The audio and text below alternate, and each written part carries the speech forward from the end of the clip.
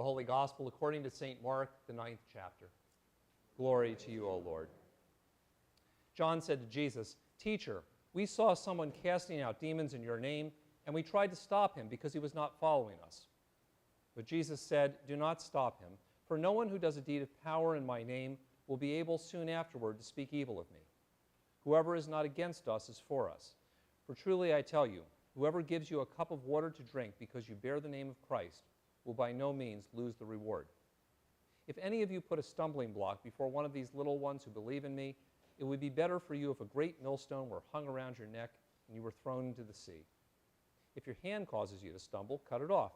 It is better for you to enter life maimed than to have two hands and go to hell, to the unquenchable fire. And if your foot causes you to stumble, cut it off.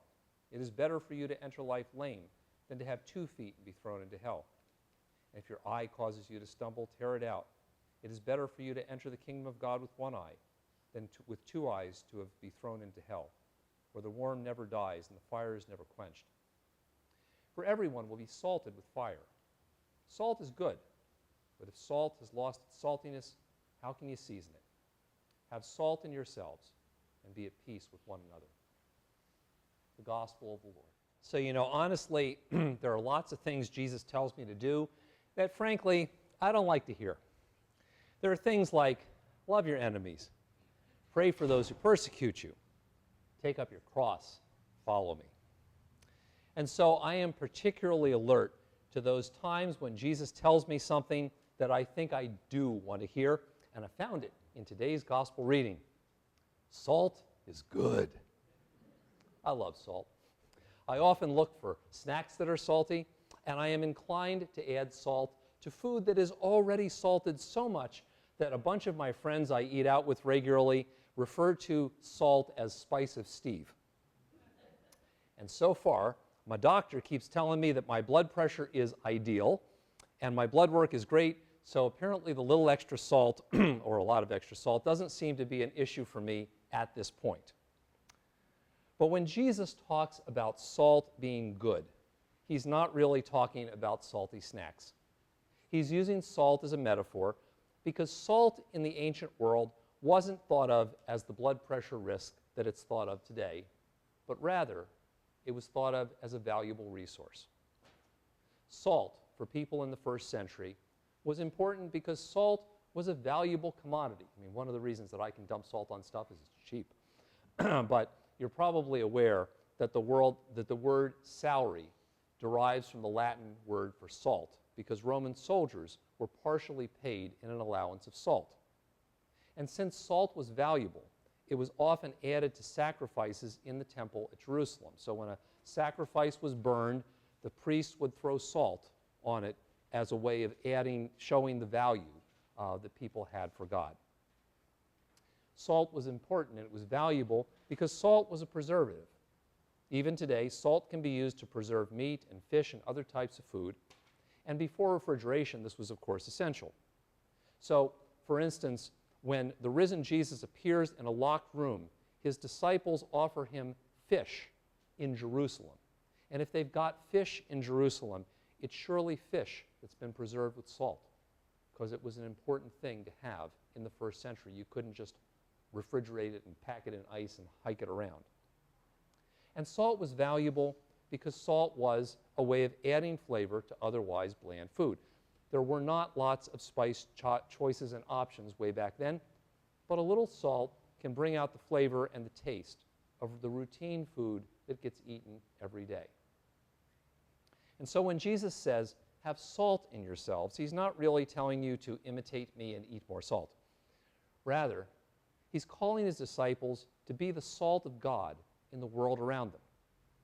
And being salt is about living in ways that bring the value of God into the world around us.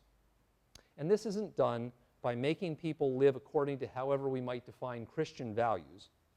Instead, it's done by living in ways that demonstrate how we value God's love and mercy and forgiveness in our lives. And that is almost always done by sharing love and mercy and forgiveness with others. That shows the value of God to us by the way we share that with others. When Jesus calls us to be salt, He's calling us to be people who seek to preserve and protect the lives of others and the world God made. You know, we sometimes throw around the word stewardship as a big churchy word, but that basically reminds us that God has entrusted us with ourselves and with the world we live in. And how we care for and preserve one another and the world we share is one of the salty things that we're called to be about doing. And when Jesus calls us to be salt, he's calling us to act as the spice which brings out the best, not the worst, in what's going on in the world around us. Because you know, there are plenty of people who can and do complain loudly about how bad things are going. I am often one of them, and maybe you are too. But our salty calling is to lift up, especially in bad times, the good things, the signs of God that we see and experience around us. Just as salt isn't really supposed to be the dominant flavor, but it's supposed to bring out the flavor of something else, our salty work is supposed to be about lifting up not ourselves, but what we see and experience God doing in our lives and in the life of the world around us.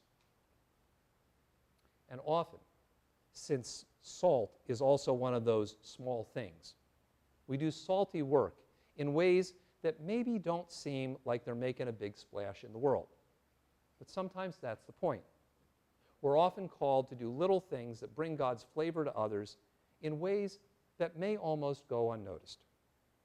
So over these next few weeks, we'll do some salty work together in our congregation. We do salty work together as we continue to collect peanut butter and jelly for kids in our community. And I haven't been making, I'm standing up here all the time and going, we need hosts for Posaune Encore, which is true. But I haven't had to do that with peanut butter and jelly because every week people come in and we drop jars of food in the box. And we make sure that kids in our community have lunch. And actually we do this all year long with Gaithersburg Help. We're always about the work of just leaving some food every time people come to church to make sure people in our community are valued, are loved. We share that by the way we share the food. And we're going to share these things always with people that probably we don't even know. But that's what it means to be salt in the world around us, to be the people who almost basically anonymously share God's love and mercy with others. Over these next few weeks, we're going to be people who do salty work by planting our Sacred Grounds garden. So as Tanya was telling us, back here behind the church, we've had this great big piles of mulch sitting there preparing grounds, and that's where we're going to plant some of these some of the native plants and other pollinator kinds of gardens that really do help preserve the world around us. It seems like a small thing, yet it's a way of taking care of the world by restoring a little bit of the ecosystem that goes away when we have to build houses and pave parking lots and things like that. But we get to chew a little bit of preservation and restoration. And that's part of what salt has done. And part of being salt is acting to preserve and protect the world God has given us. And we'll do salty work together as we listen to faith statements from our confirmands. So over the next couple weeks, our 7 confirmands are working on their faith statements, and they're going to read them to council in the middle of October. It's the final piece of our confirmation program where they write about the things that have helped them experience God in the world. Who has given them, essentially, the flavor of God in their life? And usually those are simple ways, and through ordinary people. It often surprises parents that parents have had a big effect on how they understand God and who God is in their lives.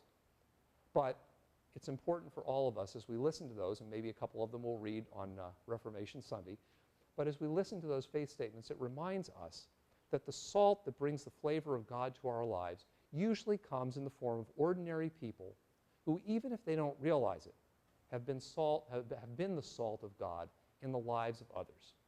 And so it reminds us that some of the things that we do and some of the things we say, some of the ordinary things we're not even thinking about, bring out for others the experience of God in their lives.